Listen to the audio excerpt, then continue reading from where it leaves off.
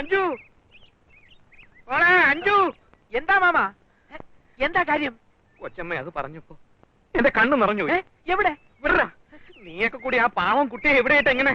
മോളെ അഞ്ജൂട്ടി, അയ്യോ ആരാച്ചാര് വന്നു കാണുമല്ലോ. എങ്ങോട്ട് പോവുക? വിടൂല. സ്വന്തം അച്ഛനെ തൂക്കിക്കൊല്ലാൻ പോണന്റെ വിഷമം നിനക്കറിയോ? നീ എങ്ങനെ അറിയാനാ? നിനക്ക് അച്ഛനില്ലല്ലോ. എടാ തന്തയില്ലാത്തവനെ, എന്നെ വിടറാ. ഞാൻ ആ കുട്ടിയെ പോയി പറഞ്ഞു വിട്ടെ. ആ കുട്ടി അവസാനമായിട്ട് അതിന്റെ അച്ഛൻ ഒരു നോക്ക് കണ്ടോട്ടടാ. തന്റെ തിരുവായ നടക്ക്. ഞങ്ങൾക്ക് ഈ വിവരമൊക്കെ അറിയാവുന്നുള്ളത് ആ കുട്ടിക്ക് അറിയില്ല. വെറുതെ ഓരോന്ന് പറഞ്ഞ് കുഴപ്പിക്കല്ലേ. അയ്യോ അതിനറിയില്ലേ? എന്റെ മോളെ അഞ്ജു.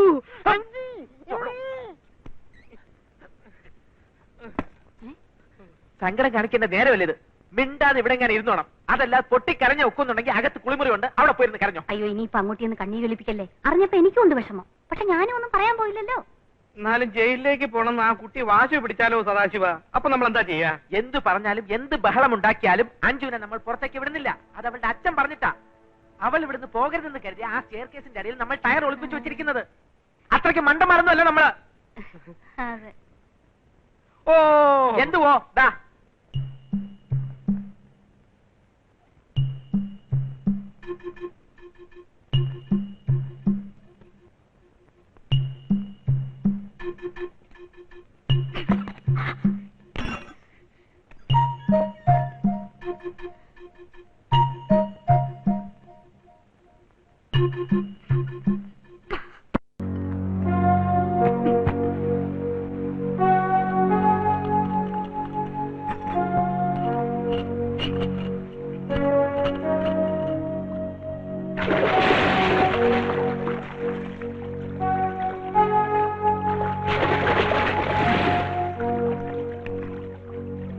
അത്ഭുതങ്ങൾ നടത്താൻ നമ്മൾ ഈശ്വരന്മാരെന്നല്ലോ. വിശിഷ്ട സേവാ മെഡലും പരമവീരചക്രവും ദയ കിട്ടാൻ ഒരു എക്സ്ക്യൂസ് അല്ല. സത്യം പറയാലോ, എനിക്ക് വലിയ ഹോപ്പില്ല. നമുക്കെല്ലാം അഞ്ജുവിനോട് പറയാം. എന്നിട്ട് അവളെയും കൂട്ടി അദ്ദേഹത്തെ ഒന്ന് പോയി കാണാം. മോളെ ജയിലിലേക്ക് കൊണ്ടുവരണ്ടെന്ന് അദ്ദേഹം പറഞ്ഞില്ലേ? അപ്പോ ഇനിയിപ്പോ അതൊന്നും നോക്കേണ്ട കാര്യമില്ല. വളരെ കുറച്ച് മണിക്കൂറുകളെ ഇനി അദ്ദേഹത്തിനുള്ളൂ.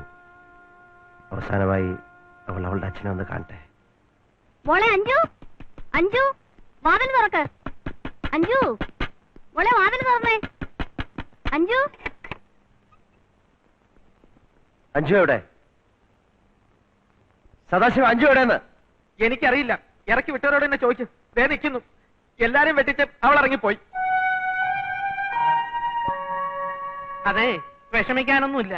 ആ കുട്ടി അതിന്റെ അച്ഛനെ കണ്ടിട്ട് ഉടനെ എങ്ങ് തിരിച്ചെത്തും. തിരിച്ചു വരും. തനിക്ക് എന്താ ഉറപ്പ്? ഉറപ്പ്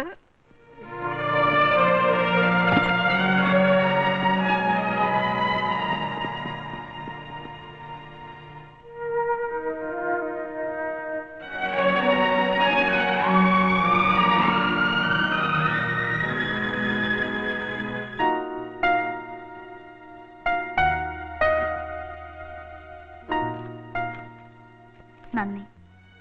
15 ദിവസം നിങ്ങൾ എന്നെ സഹിച്ചതിന് നന്ദി. ഇനി എന്നെക്കുറിച്ച് നിങ്ങൾ അറിയാത്തൊരു രഹസ്യം കൂടിയുണ്ട്. ഈ രാത്രി അവസാനിക്കുന്നതിന് മുൻപ് എന്റെ ഡാഡി തൂക്കുകയറിൽ പെടഞ്ഞ് മരിക്കും. ഡാഡി ഇല്ലാത്ത ഈ ലോകത്ത് എനിക്ക് ജീവിക്കണ്ട. ഈ ഒരു ദിവസത്തിന് വേണ്ടി മാത്രമായിരുന്നു ഞാനിവിടെ വന്നത്.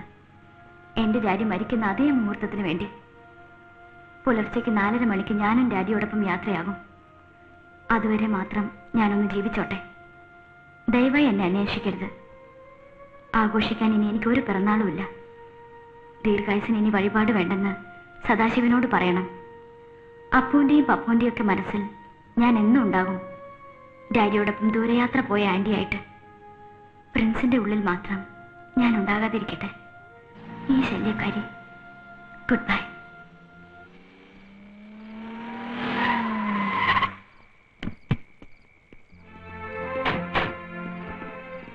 എന്തായടാ, വല്ല വിവരമുണ്ടോ? ഇല്ല. നീ വിഷമിക്കണ്ട. അവൾ എവിടെയെങ്കിലും സുരക്ഷിതമായിട്ടുണ്ടാവും. സാധ്യതയുള്ള എല്ലാ സ്ഥലങ്ങളും ഞങ്ങൾ കവർ ചെയ്തുകൊണ്ടിരിക്കുകയാണ്. തീർച്ചയായും നമുക്ക് കണ്ടുപിടിക്കാം. നീ പോയി ദാസനെ വിവരം അറിയിക്കേ. ഓക്കെ, ഞാൻ ഒന്നുകൂടെ നോക്കിയിട്ട് വരാം.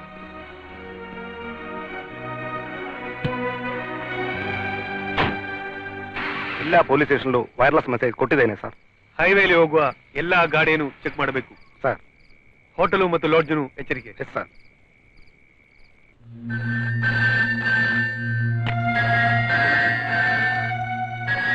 Yes, control room.